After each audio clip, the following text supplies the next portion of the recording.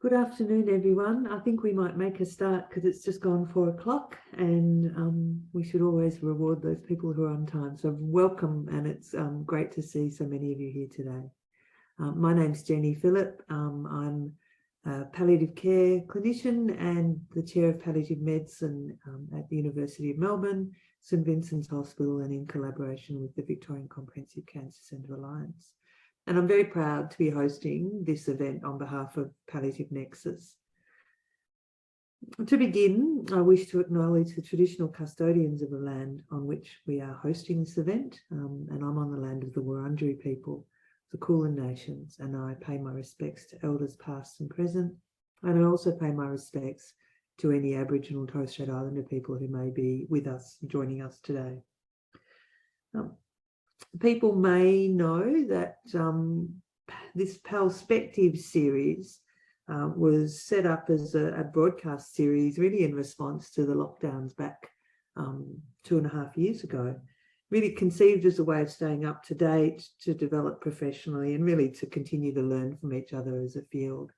And whilst we're theoretically back in, all on and doing things in person, the online format has enabled us to continue to meet as a group from, around not just Victoria, but actually Australia and indeed some people from other parts of the world join us. So it's, I'm really delighted that this is has ongoing currency and interest. The Palliatives takes two formats, one in conversation and one in research, and it's a research update that we're doing today. In this, we hear from world experts in a field who bring us up to date with their research findings and programs. And today we are very fortunate to have some findings from some local world experts around particularly the care of people who are experiencing health inequity. So our first speaker today is Professor Gail Garvey. Gail is a Kamilaroi woman from New South Wales and Professor of Indigenous Health Research in the School of Public Health at the University of Queensland. There, she leads an NHMRC Centre of Research Excellence, focused on targeted approaches to improve cancer services for Aboriginal and Torres Strait Islander people. She has very wide expertise and experience in leading successful national research programs, which focus on the substantial impact of cancer for Aboriginal and Torres Strait Islander people, and her work has contributed enormously to key policy and practice change to improve their cancer outcomes. Now, Gail is actually travelling, and she's, I think, at the World Cancer Congress at the moment, but she did a pre-record for us for this series, and we'll show you that now. Thank you.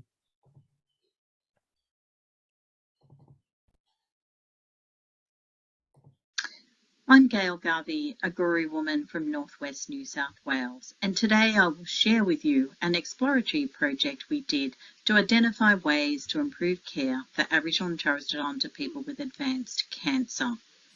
I'd like to acknowledge my co-presenter, Dr. Stacey Pinozo, and I'm presenting on behalf of the project team and the Community Advisory Group members.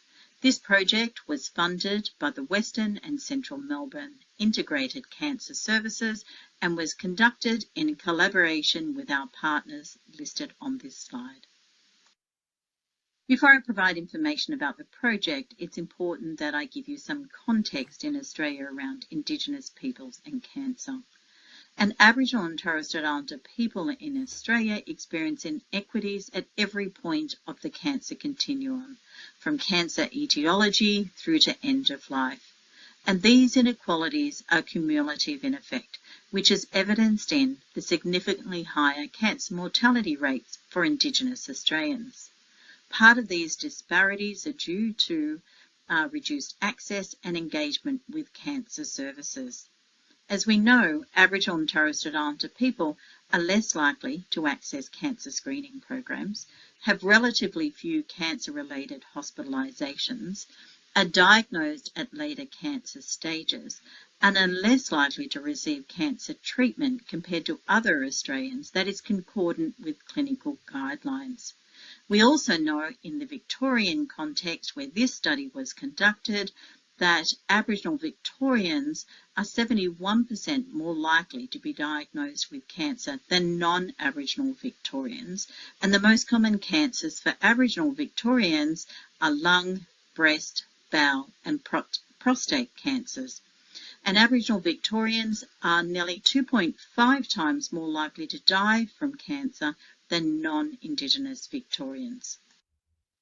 The project objective was to understand the specific needs of Aboriginal people with advanced cancer and the provision of palliative and end-of-life care, and to identify ways to improve and facilitate culturally responsive care for Aboriginal people with advanced cancer that encompasses the physical, cultural, spiritual, social and emotional needs of the person and also their caregiver and family. This project was undertaken using a co-design approach, and collaborative yarning provided an iterative process of constantly seeking input from Aboriginal people and our community advisory group at each stage of the project, from the grant inception to the application, the project design, through to data collection, analysis, and also interpretation and dissemination of the study findings. Yarning groups were facilitated by Aboriginal and Torres Strait Islander researchers, and they were supported by our project manager. There were 4 components to our research activities, and I'm going to go through each one of these in brief with you now. Our first activity involved yarning with Aboriginal health professionals from across 3 large Victorian public hospitals, with the aim to explore the perspectives regarding the enablers and challenges in regards to end-of-life care and palliative care, and to seek recommendations for improving palliative care for Aboriginal patients. We also spoke to 14 Aboriginal community members from across Victoria with a lived experience of cancer and palliative care to explore the perspectives and needs when things with cancer get worse. In activities B and C, we sought to explore the perspectives and experiences of 59 palliative care staff, and this was to identify the existing models of care and what learnings can we have and what recommendations can they have to improve culturally safe care and services to Aboriginal people with advanced cancer. In Activity D, we analysed statewide patient admission data for a 10-year period to gain an understanding of the patterns of cancer and palliative care service use for Aboriginal people with advanced cancer across Victoria. We undertook in-depth qualitative medical record reviews of a sample of those patients who died in hospital to better understand their cancer journey. From this incredible process of collaborative yarning, we identified 5 key focus areas and 29 responses and activities for how we can improve care for Aboriginal people with advanced cancer and address their palliative care needs. The 5 key focus areas are listed on this slide, and I'll give you a moment to have a look through those. And today I'm going to share with you a couple of the recommended responses and quotes from our collaborative yarning process to help provide the context for each of these 5 key focus areas. Firstly, I'm going to discuss key area 3, capability and capacity building to ensure culturally appropriate care is an organisational commitment. And in this key area, Aboriginal health professionals shared a need for a deepening of cultural competency, respect and responsiveness in caring for Aboriginal people with advanced cancer and those with palliative care needs. Aboriginal health professionals spoke about guarding time to integrate Indigenous ways of knowing, being and doing into conversations and interactions, and ensuring education for non-Indigenous staff included those components, as well as allowing time for colleague-to-colleague experimental teaching and learning to occur alongside each other. On this slide is a quote from one of our Aboriginal health professional participants, and I'll give you a moment to have a read through it. Just also want to point out in this quote, country refers to an Aboriginal community and land in which the people come from or connect to. On this slide, I'll report on a further recommendation in Key Priority Area 3. Aboriginal health professionals, palliative care staff and Aboriginal community members alike agreed on a clear need to go beyond the brief online mandatory hospital training and to ensure cancer and palliative care professionals receive access to a deeper, contextualised, face-to-face cultural training to improve culturally appropriate and safe palliative care for Aboriginal people, their families and communities. And on this slide is a quote from a palliative care health professional, which highlights some of the challenges that health professionals have in providing culturally safe and appropriate care for their Aboriginal patients. The key focus of Key Area 2 was around relationship building. Relationship building was seen as a key component of the therapeutic need and care for Aboriginal patients, their family and community.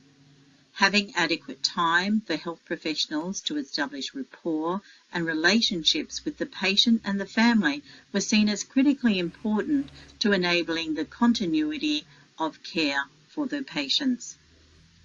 Continuity of care was also raised by the participants in regards to the oncology staff providing greater support across those key transition times to avoid what is often experienced by Aboriginal patients and their family as a seemingly abrupt end to their oncology care. The focus of care needs to be person-centred. And on this slide, there's a quote from one of our Aboriginal community participants with a lived experience of cancer and receiving palliative care. Finally, this collaborative yarning process revealed a clear need for both the hospital and community palliative care services to build and enhance the existing relationships and how they work together, and particularly in involving and engaging Aboriginal community services, both in metropolitan and regional areas. And enhancing this collaboration and communication can help facilitate the introduction to and ongoing provision of palliative and end-of-life care for their Aboriginal cancer patients, but also for their family. It can also aid and ensure palliative care provision is not a disruption, but it's more an add-on to the patient's existing care that they receive, whether it be in the hospital or in the community. Primary healthcare teams also need to be involved in crafting the expectations and care planning for their Aboriginal patients and their families. Clearly, there's a need for enhancing the communication and the pathways between hospital-based and community services, but particularly for enhancing communication and continuity of care between urban and regional settings. On this slide, there's a quote from a palliative healthcare professional that emphasises and reinforces the points mentioned in this slide. Finally, I'd like to thank you for listening and enabling us to be able to present our exploratory study about end-of-life and palliative care for Aboriginal and Torres Strait Islander people in Victoria. I'd also like to thank and acknowledge our Community Advisory Group members and again the funding we received to enable this project to be conducted.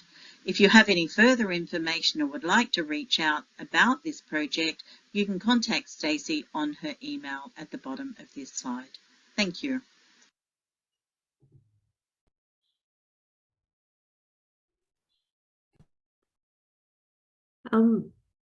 I feel compelled to say thank you, Gail, but I know she's not quite here, so I'm thanking her in absentia. We will have time for questions at the end, and although Gail is not online, we have some capacity within the team with knowledge of the project and deep involvement, particularly Stacey, that we can acknowledge and respond to those. So I would ask you, if you've got questions, to feel free to add them to the chat. And we'll now proceed to our next speakers, and I'll introduce them both so that we can just progress smoothly. So the first is Dr. Tamsin Bryan. She'll be known to many of you. Tamsin is a palliative medicine physician at St Vincent's Hospital, Melbourne, where she's been the lead physician for the palliative care consult service for the last 11 years. She has an interest in the provision of equitable and high-quality palliative and end-of-life care to those patient groups who are experiencing vulnerabilities, and in particular, those people who are incarcerated. She has extensive clinical experience in the provision of palliative care to prisoner patients who are admitted to St Vincent's Hospital. And Tamsin's going to speak first, but I will actually just take the opportunity to also introduce Dr. Stacey Panozzo, who will be the second speaker today. Stacey is a research fellow working with the Palliative Nexus group at St Vincent's Hospital, Peter MacCallum Cancer Centre and the University of Melbourne. She's a researcher who gained particular areas of interest, including improving supportive and palliative care access and delivery for underserved populations. And her current work involves involvement in several mixed methods research projects, which are being conducted nationally and internationally, focusing on understanding and improving palliative care for people in prison, for people who use illicit drugs, and for those experiencing homelessness. She's a member of the Health Equity Working Group for the Victorian Comprehensive Cancer Centre and the European Association for Palliative Care Prisoner Task Force. So welcome, Tamsin, and then subsequently Stacey. Thank you. Thank you, Jenny, and thank you for this opportunity. Hi, everyone. I'm Tamsin Bryan. As Jenny said, I'm a palliative medicine physician who works in the palliative care consultation service at St Vincent's Hospital. The consultation service for St Vincent's covers 2 correctional health units, St Augustine's, which is a maximum security ward in St Vincent's Hospital, and St John's inpatient unit at the maximum security Port Phillip prison just outside Melbourne. I want to share with you today some findings from a programme of exploratory research being undertaken at Palliative Nexus that I've been very privileged to be involved in. And this programme of work is seeking to understand the provision of end-of-life care for people who are experiencing incarceration. Managing the care of prisoners with chronic and life-limiting illness is certainly a new and global challenge. In Australia, we have an increasing prisoner population with close to 43,000 prisoners. We're also experiencing an increasing ageing prisoner population, with older prisoners experiencing significant and often complex health and social care needs. Older prisoners have been defined as those aged 50 years and older, with this premature ageing attributed to a combination of their previous lifestyles and the impact of the prison environment itself.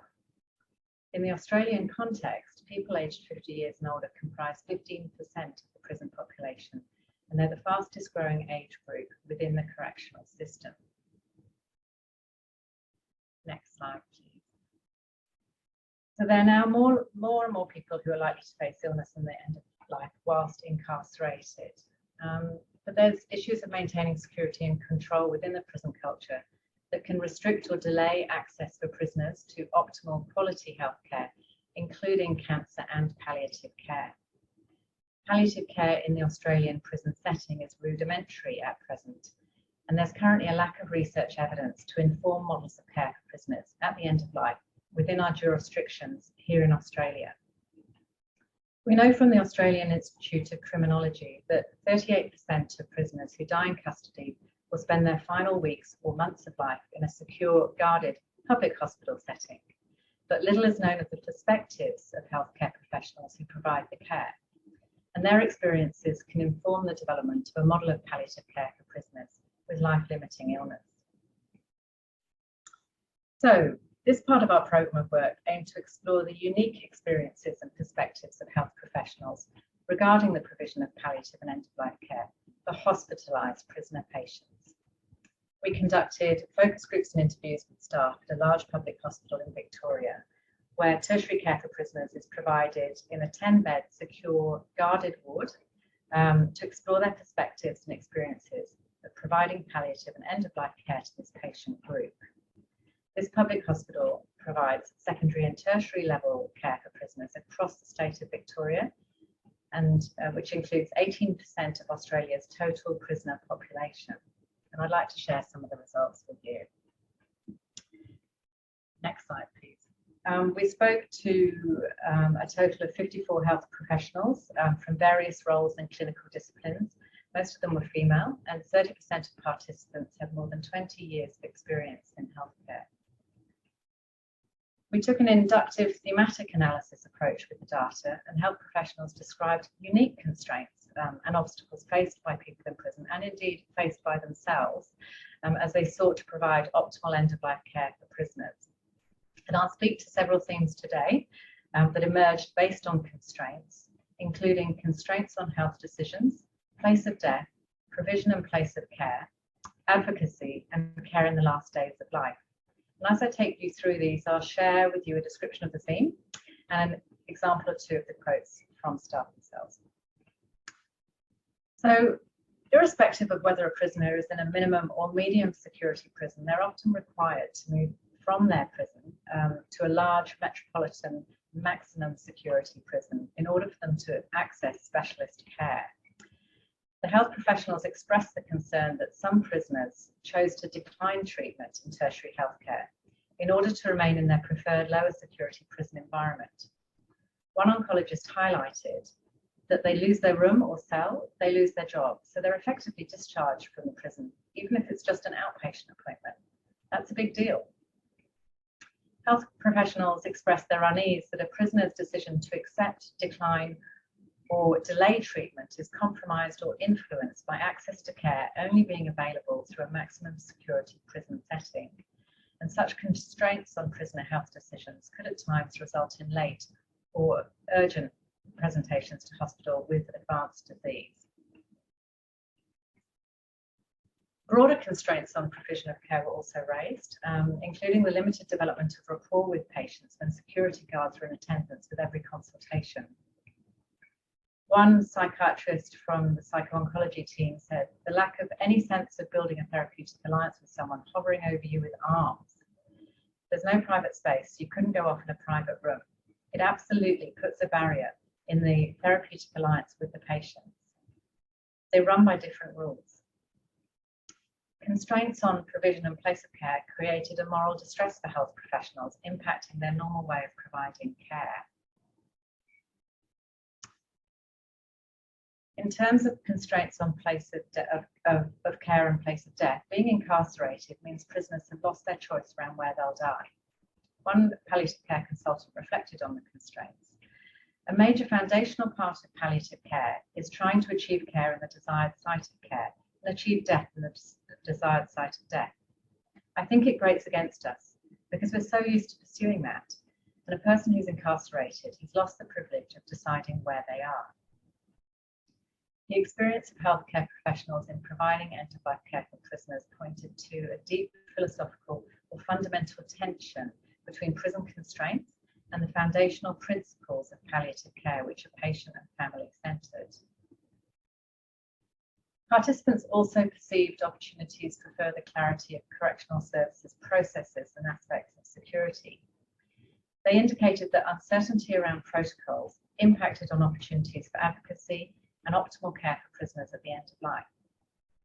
In describing their experiences with a patient, a palliative care staff member reflected that the protocols don't seem to be explicit or consistent. No one knew who to phone to say, can we get the shackles off? Apparently they could have come off. We're now told subsequently down the track that apparently there's a way of doing it. It doesn't feel as though it's necessarily well known at the time. And similarly for advocacy, the pathway and responsibility for applications for compassionate release of prisoners was often unclear for hospital staff. Managing symptoms can also be challenging, particularly pain. People in the general prison cells don't have access to breakthrough medications, pain medications primarily, unless the prisoner is admitted to the St. John's ward at Port Phillip Prison, which results in a loss of privileges. A correctional health nurse described that he would spend the night in pain rather than actually ask for a breakthrough. If you're requiring breakthrough morphmix or anything like that, you're in St. John's. End of story. Your regular medications given between 8 in the morning and 7 at night, and after that there's really nothing. The prison doors are open for emergency situations, and that's it. Rather than be locked up for up to 22 hours in St. John's Ward, where he could actually have his pain managed, he chose to refuse pain relief. That pretty much is the system, and there's not a lot you can do. Many of the health professionals reflected on a sense of complicity in determining a place of care for the prisoner patient simply by virtue of what medication they prescribe for pain or symptom management. So in summary, the themes I've touched on this afternoon provides a rich and collective voice of health professionals and their experiences for delivering care for prisoners. Our research highlights the significant constraints to end-of-life care for hospitalised prisoner patients as perceived by healthcare professionals who, despite these limits, have moral imperatives to provide the best care under the circumstances.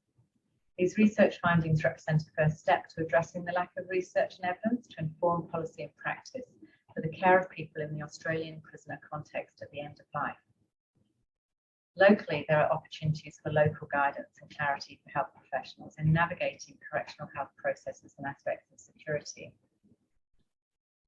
There's an opportunity for a broader discussion as well around the provision of healthcare for prisoners with life-limiting illness and the potential for early palliative care for prisoners at different levels of security to help prevent a further loss of liberty at the end of life. Findings from this study need to be combined with the voices of prison-based healthcare staff and also with the views of prisoners and their families to inform such models of care for dying prisoners. And innovative models of palliative care are required to bridge the philosophical tension that participants discussed in caring for prisoners with progressive and life-limiting illness. The full details of these findings can be found in these two articles that were published in recent years. But looking to the future, locally, what we've done is we've recently implemented a model of palliative and end-of-life care in St. John's Ward of Port Phillip Prison, and we're now seeking to evaluate that. And Palliative Nexus is collaborating on two major pieces of research. The European Association for Palliative Care Prisoner Collaborative, which is exploring the perspectives and experiences of healthcare professionals working within the prison setting, and with Professor Jane Phillips and her research team with their Australia-wide programme of work focused on palliative care in prison over the next couple of years. And I'd like to end by acknowledging my colleagues at Palliative Nexus for providing me with the opportunity for being involved in this really important programme of work, St Vincent's Health Australia for the funding, and of course the healthcare professionals who shared their experiences and insights. Thank you.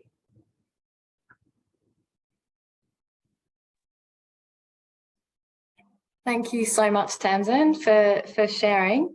Now, I'm just going to take a moment of our time to just reflect a little bit about another piece of work that we've been involved with together in the Palliative Nexus team.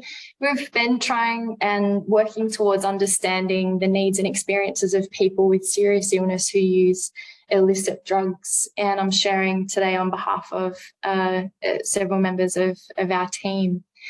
In Australia, we know that there is a significant increase in illicit drug use among adults aged 50 years and older, and we know people in this sort of cohort face poorer long-term health outcomes and are more likely to die prematurely. And these patients often present with unique and complex symptom management challenges, and this has obvious implications for the provision of palliative care, with patients often having a tolerance to particular medications such as opioids and others that are commonly used to manage symptoms at the end of life.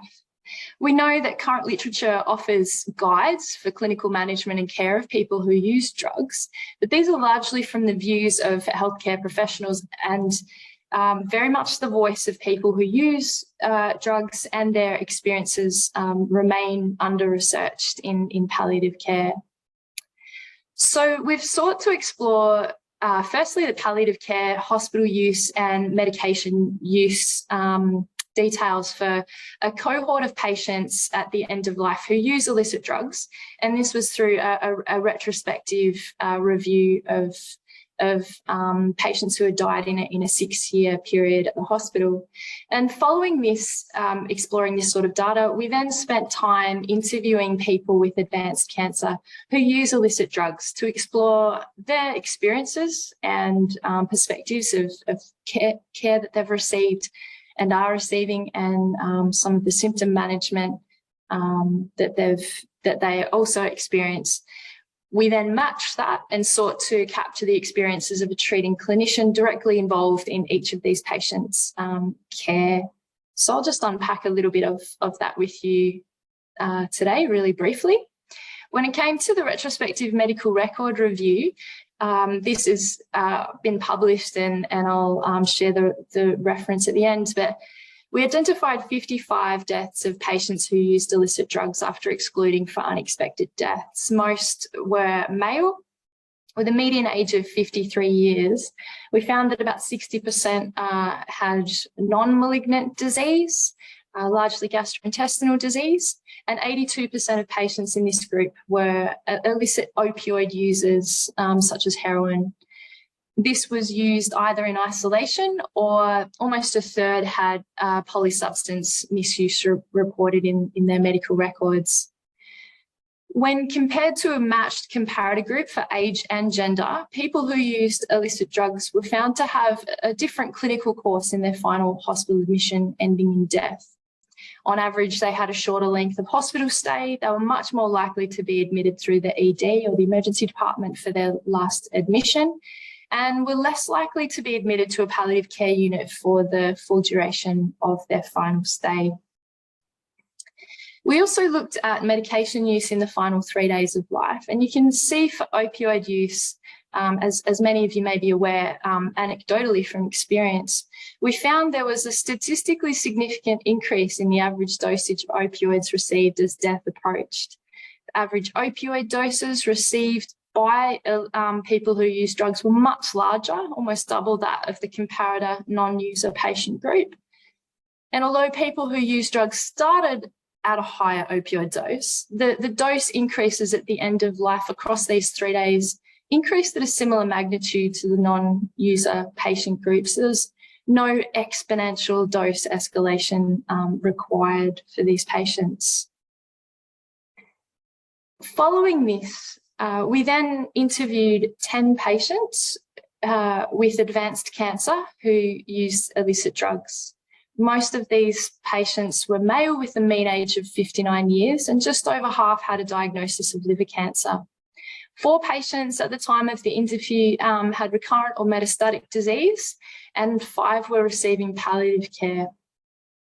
The main substances of choice were cannabis, very popular, and heroin for 5 patients. More than half were used multiple or a mix of drugs. And although the study focused on illicit drug use, we did note that there were 2 patients that faced quite chronic concurrent alcohol use issues as well. We then spoke with 10 treating clinicians directly involved in this particular patient's care. And you can see that most of these clinicians were female, half were consultants, and the majority had well over 10 years of experience in healthcare. So I'll just touch a little bit on just a couple of the themes to give you a taste of the data, if you like, and the voices of patients and the treating clinicians that we spoke with. Patients expressed an awareness that there is this external authority, that the cancer treatment regime that they are confronted with, and it's formal, it's very demanding, and it requires that they can conform. There was often a recognition by patients that their drug use and related behaviour was not always commensurate with this cancer treatment, this ordered regime. It could be disruptive and possibly determine their response to treatment. But equally, the flip side of this was evident, that engaging in this ongoing formal treatment can be very disruptive. It's disruptive personally and quite scary and confronting for them without adequate support to help them able to manage. One patient shared in reflecting on the news of his diagnosis, well, I just shit myself and followed what I was told to do. Yeah, I was in their hands. You know, it's not good being told you've got cancer, but, you know, it is what it is. And I've just been trying to do what they tell me to do because they cared. I tried to follow, but I went off the rails every now and then, and I just tried to do what they wanted me to do. Patients, when they were sharing about their responses to their advanced cancer diagnoses, it was clear that this group was not at all a trauma-naive patient group. In their sharing, many reactions to their cancer diagnoses included things like, oh, look, it's not a major part of my life. Or, you know, it hasn't been as big a deal as one would assume. And if you're going to die, you're going to die. Patients devoted much effort and time to the management of their physical and or emotional pain. And it was clear that patients had a very keen awareness of their hierarchy of pain relief needs. They were an authority on the prescription and illicit drugs available to them. And there was, at times, often a paradox of expressed pain and how this could be best addressed. One patient shared, oh, they give you too much rubbish tablets here. You know, they do Panadol, Panadine, Panadol, that's all rubbish to me. Panadol next to heroin, please, you know what I mean? Later on in that same interview, the patient then went on to describe her inability to cope with the pain of an injection or a needle that was actually being given to provide her relief from the pain that she was experiencing. She shared that they were giving me morphine. They were injecting it in my stomach, but I said, stop, no more, because I couldn't handle the pain, the needle in my stomach. I said, I can't handle it. I was getting bruises and my stomach was becoming all bruises. One of the themes shared by treating clinicians spoke to their practice of acknowledging the patient's expertise, taking an approach to cannulating or other procedures involving a needle that was quite open and frank and really acknowledging the patient's experience and giving them the authority. This was said to help to really open the sort of dialogue and building that therapeutic rapport with the patient. One oncology clinician especially shared that I try to take an approach which I think that they might respect and be open and frank. I say, how are your veins? You probably know more than me, so why don't you go ahead and you show me what to do and where to go. Treating clinicians expressed the lack of trust of patients who use drugs, a fear of or anticipation of being deceived. They expressed an uncertainty around a patient's self-reported drug use, whether that be illicit and or prescription, and at times actively avoided engaging in discussions around pain and issues of pain medications for their patients. One oncology clinician shared that I try to keep out of it as much as possible. I used to just hope that she wouldn't ask me for painkillers most of the time, which is probably not the most mature answer. But it's a practical one. If she's not asking, then her pain's actually not too bad, which isn't the way you would normally approach people, but it's just a strategy that I do just to get through because they're very good at demanding things. Engaging patients in an ongoing way with their chemotherapy treatment was seen as a primary goal for clinicians. Getting patients through their entire treatment cycle meant that they were doing well. Everyone was doing well.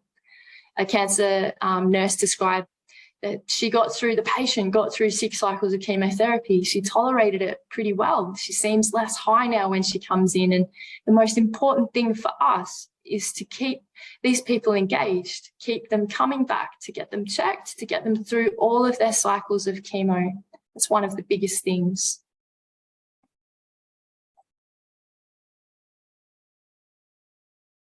As I mentioned earlier, part of this body of work has been published, and the remaining part of it is in preparation for publication. But really, as Tamsin has suggested, this sort of exploratory work is across a number of different underserved population groups is really serving to help inform the sorts of practice and and protocol within the hospital. And I just wanted to acknowledge that this program of work across all presentations that have been shared today, seeking to understand and identify ways of improving palliative care for different underserved and structurally vulnerable patients. We've received funding, and it's been made possible by the Inclusive Health Innovation Fund of St Vincent's Health Australia, Western and Central Melbourne Integrated Cancer Services. And we're incredibly grateful for the time and willingness and the generosity of sharing that patients with lived experience have provided, and also their clinicians that have been involved in their care as well. So thank you. Thank you, Stacey, and thank you, Tamsin, for your presentations. We might invite Tamsin back onto the screen, and I'd invite you, the audience, to submit any questions that you might have. There are a couple there, but I'm going to take the prerogative and begin and ask Tamsin. You talked a bit about some innovation in how we think about the care of people who are in prison who need palliative care. I know that you've been working around a new model of care, and I'm wondering if you'd be willing to just perhaps explain some of the elements of that briefly. Sure. Well, thank you, Jenny. Yes, well, we had an opportunity really, because they recently renovated and expanded the ward at the St John's inpatient unit at Port Phillip Prison. They went from a 20-bed to a 40-bed unit, and they enhanced their model of care over there. So they were able to, I guess, deliver care that they haven't previously been able to deliver. You know, they got more nurses on, they got more allied health, etc., and they got better facilities. So this was a great opportunity for us to look at whether we could look at the palliative care provision in St John's.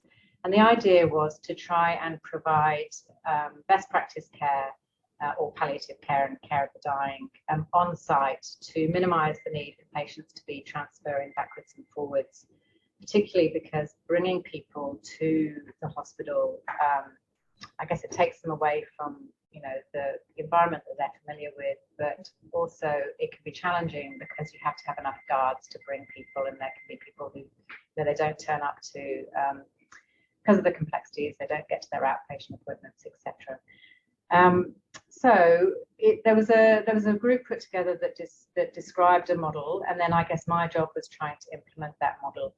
And we really, I guess what we've looked at is we've sort of taken it through from the identification of patients to the interventions that might be required and who they have to connect to, you know, death and bereavement support afterwards. And there's been quite a body of work involved in doing that. And we initially looked at what we wanted to achieve, and then what the barriers were, and then developed countermeasures.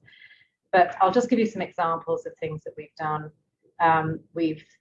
They now screen every patient who's admitted to St John's ward to see, with the SPICT screening tool, to see if they've got any unmet palliative or supportive care needs.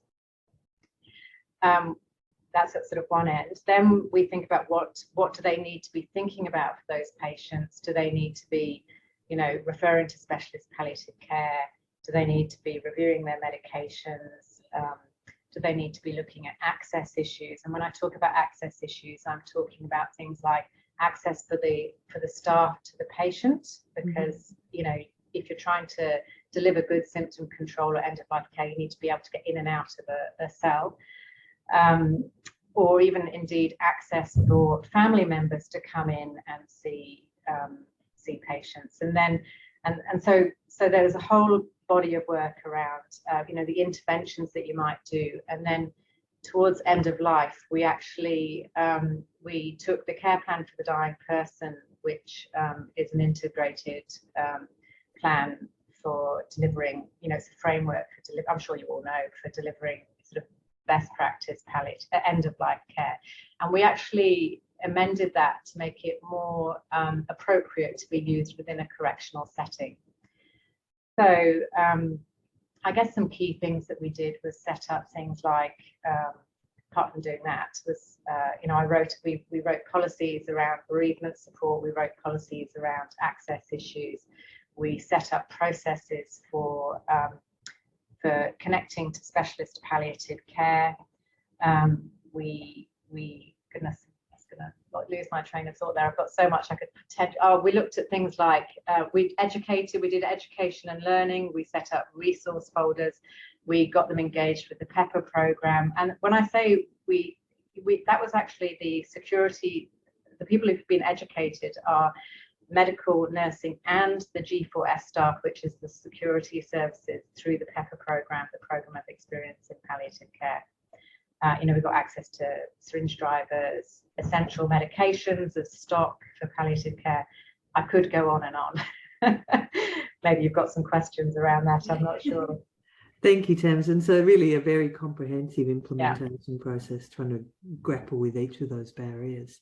I'm going to throw to Stacey to give you a little bit out of time to take you off the hot seat for a moment. But Stacey, Michael Chapman has suggested that he's interested in the notion of people using illicit drugs as a means of achieving pain relief, particularly people who have, advanced illness, and how we, whether the work that you have been doing has provided any insights into how we should best respond to this, I guess, particularly in a patient-centred manner. Yeah, thanks, Jenny. So I think it was really interesting. It really did depend on whether we were talking to the patients or the treating clinicians. The experience of the patients was quite interesting in the face of under relieved pain, if you like, or treated pain, untreated pain. They were very, very resilient in reaching out, whether they were in the hospital or in an outpatient setting or at home. They were very resilient about reaching out to provide to access the kind of drugs that they were used to using. If they were withdrawing, then they knew how much they needed to balance to bring them back up to their usual state of tolerance, and then to also then relieve themselves beyond that of pain. So it was really interesting that the complexities around how they each person managed or sought to manage their pain. And also I think that the opportunity around actually looking at that person-centered approach became more apparent when there was honest and open communication between the treating clinician directly involved in their care and the patient themselves. So, and that sometimes that occurred quite early in the diagnosis or treatment. However, oftentimes there was more like a crisis or an under-treated pain event that actually brought all that to the surface and a real sense of exactly what drugs were being used, when, and for what. So then things started to, I think that person-centered approach to pain and symptom management became a little more successful, if I can say that, and a mix of both in all reality. Yeah. Thank you. Perhaps I might ask you as well, Stacey, one thing that was apparent from Gail's presentation is the engagement of palliative care with the community-based Aboriginal health services. And I'm wondering if you could describe some examples of what that might look like.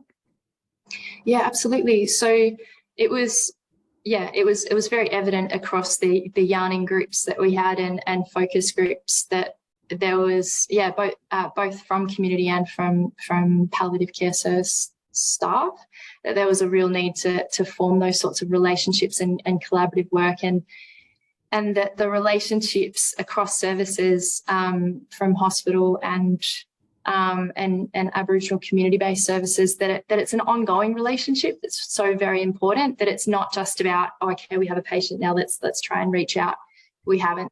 That there was a real need, especially from community, that said, look, we need that established relationship. It's an ongoing relationship, and it means that when a patient comes into potentially the VARS, like the Victorian Aboriginal Health Service, that they know palliative care within the hospital or the community palliative care setting, that there's already that existing relationship, and the services that are available.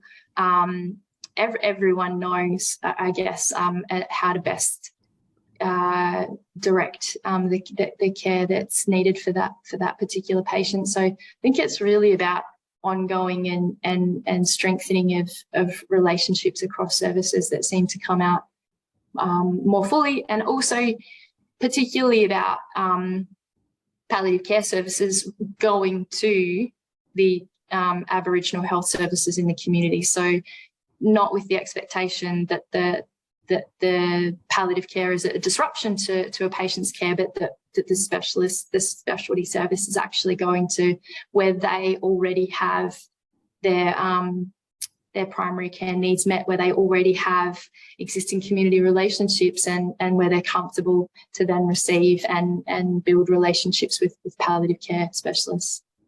Thank you, Stacey.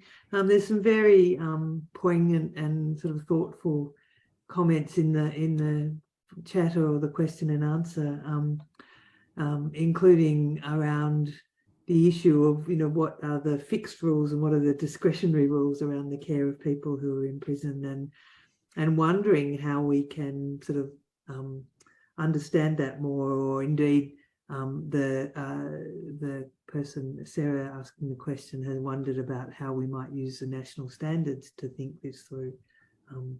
There's been another comment by Terry Powell talking about the difficulty of people having end-of-life care at home who are very active drug users, and that this can make it very challenging on all sorts of levels, including in community, I guess, broader community safety. But perhaps we might finish with one last question for Tamsin, around access for people who are dying, around access to their families and loved ones when they're incarcerated. I wonder if you could comment on that, please. Thank you, Jenny. Yes, so it's challenging. It seems to be opening up a little bit. So there are processes that you have to go through to put an application in for people to access their family members, or for family members to access them. And people have to be on an approved list in order to access their family member. And I think that certainly before this project that I've been involved in, the process itself wasn't that clear. But hopefully we've actually clarified that to make it a lot easier. That's the same for the prison and also the maximum security ward at St. Vincent's. But I have to look into this, but more recently there has been great collaboration happening with the security services, and we've had a couple of patients more recently who accessed, the family have had very regular access to the patient through their dying phase. And I need to explore it more, but I do wonder whether some of this has come out of the education that has taken place with the security services. So I think that there's probably two things that are, there's the process stuff, but also there's bringing the security services on board with what people are trying to achieve. And there's just been a lot more collaborative work and a lot more positive response more recently. So, what's driven that, I'm not sure, but it's definitely been improving. And I think having clearer processes definitely helps, because people, know what to do in order to achieve it. Okay. Thank you, Tamsin, and thank you, Stacey. And that brings us to the end of our session today. It's been a really thought-provoking and generated a lot of comments in the Q&A, which I tried to cover or summarise. But if it's my pleasure to thank our speakers today, Professor Gail Garvey, Dr. Tamsin Bryan and Dr. Stacey Panozzo, and to congratulate you on this really great work that's being undertaken. I also want to thank the behind the scenes team for the Palliative series, who are Stacey Panozzo, Anna Collins and Tanya Fraser, and particularly shout out to Tanya, who really makes all this happen, made the film work, and really very grateful for you, Tanya. It's been terrific. And thank you also to you, the audience, for tuning in and for making this a really engaged session, and for being part of this community where we continue to learn from each other. Our next Perspectives is on the 7th of December, and it will be an end of year, the year that was, panel discussion, as is our now tradition of what we do in Perspectives at the end of each year. So once again, thank you very much, and have a good evening, everyone.